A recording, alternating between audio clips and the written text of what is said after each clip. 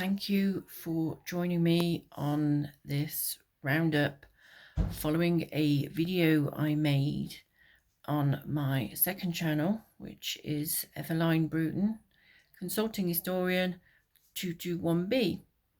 At the time, I was very excited because they had confirmed that the follow-up to And the City was going to be shown in the UK.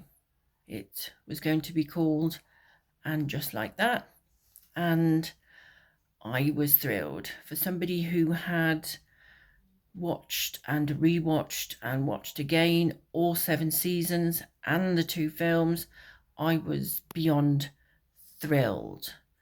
So I made this video and speculated about how they would deal with the Samantha problem.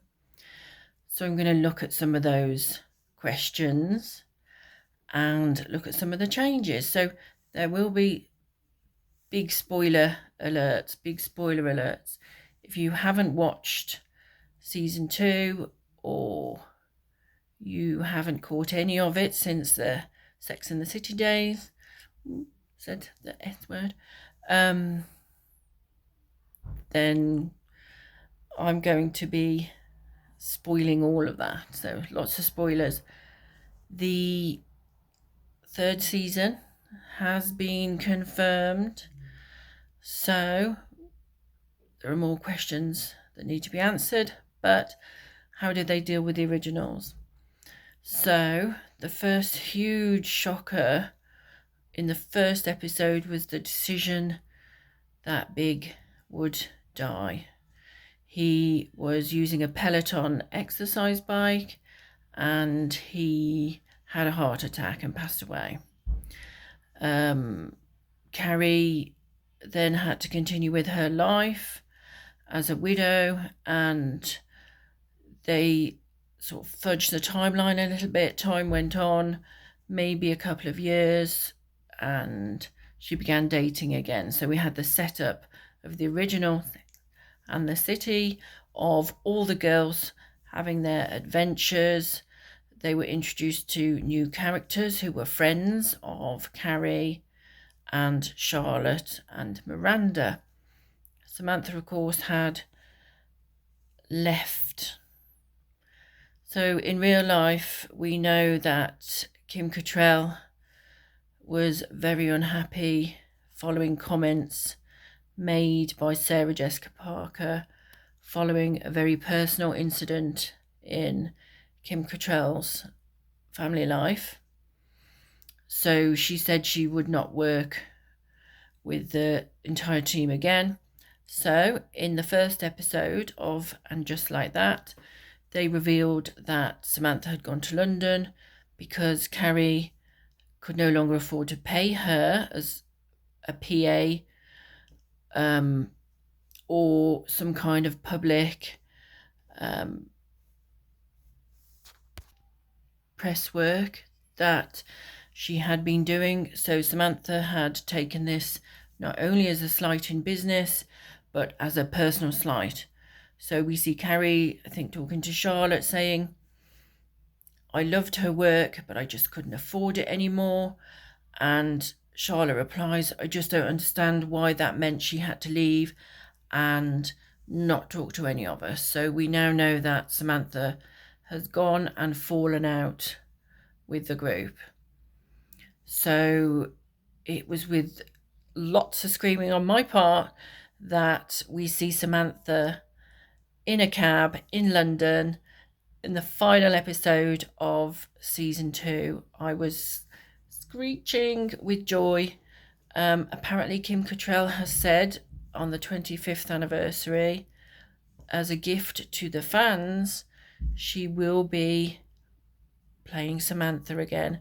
So I don't know in what depth, whether it will be a cameo or whether, she will be back for more. Samantha was such an integral part of the show, such an inspiration for women about being independent and authentic, especially now we've all got a bit older. Samantha was a real trailblazer, so fingers crossed. The other big question was how they would manage the sad death of the actor Willie Garson, who played Sanford Blatch. This one was really bizarre. They decided that he was going to manage a Japanese pop star and move to Japan.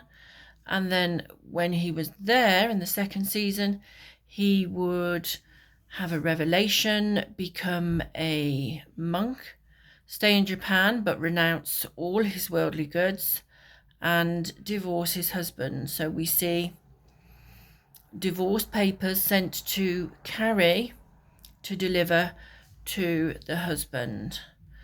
So I think really that, if I'm honest, I think both Stanford and Willie Garson deserved a little bit better than that. I think they should have had a fabulous ending.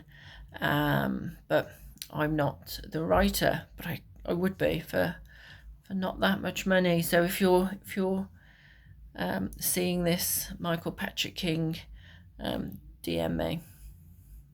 Anyway, the big change in terms of characters was Miranda's decision to end her marriage to Steve and begin exploring her sexuality. She had a relationship with a non-binary person called Che, and then towards the end she actually wanted to explore lesbianism and date women.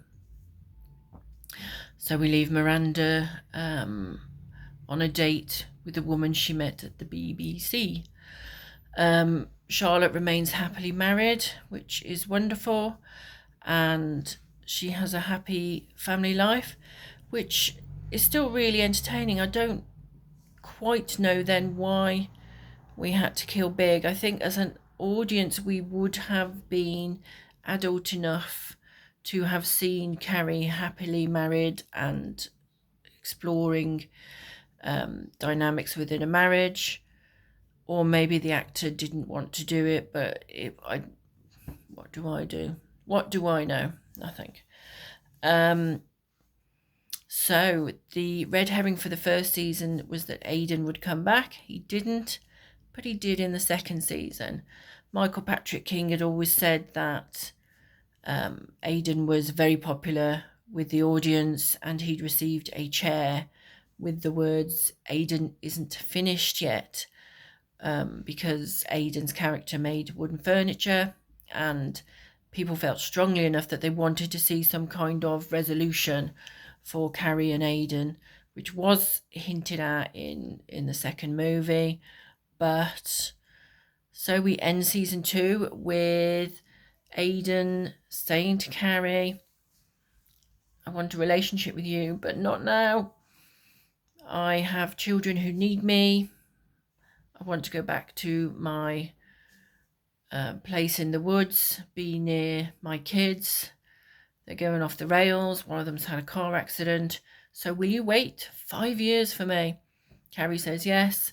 So we're left again with this dynamic of Carrie being able to have adventures along the way, with the prospect of being able to have resolution with a romantic lead.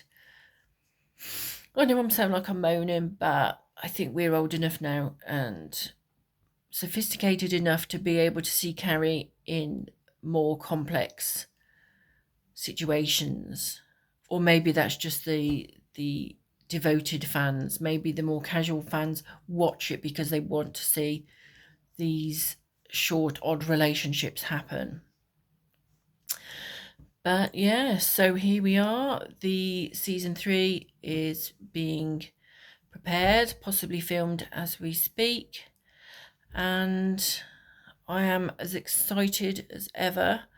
Again, I repeat my offer to Michael Patrick King. DM me. I'll look out for your message.